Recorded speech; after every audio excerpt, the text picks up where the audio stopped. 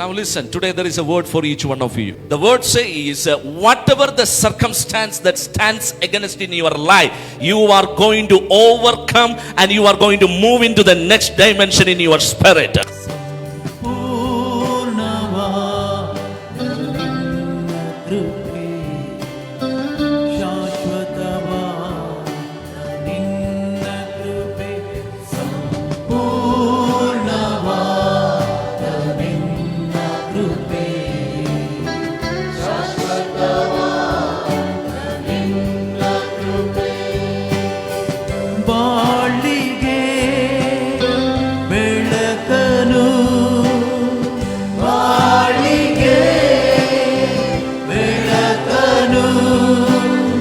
ನಿಮ್ಮಲ್ಲಿ ನಿತ್ಯ ಜೀವ ಇದೆ. ಯಾವ ದಿವಸ ನೀವು ಇಲ್ಲಿ ನಂಬಿದ್ದೀರಿ ನಿಮ್ಮ ಒಳಗೆ ನಿತ್ಯ ಜೀವ ಇದೆ. ಹೇಳಿ, ನನ್ನ ಒಳಗೆ ನಿತ್ಯ ಜೀವ ಇದೆ. ದ ಲೈಫ್ ಆಫ್ ಗಾಡ್, ಝೋಯೆ ಅಂತ ಹೇಳ್ತಾರೆ.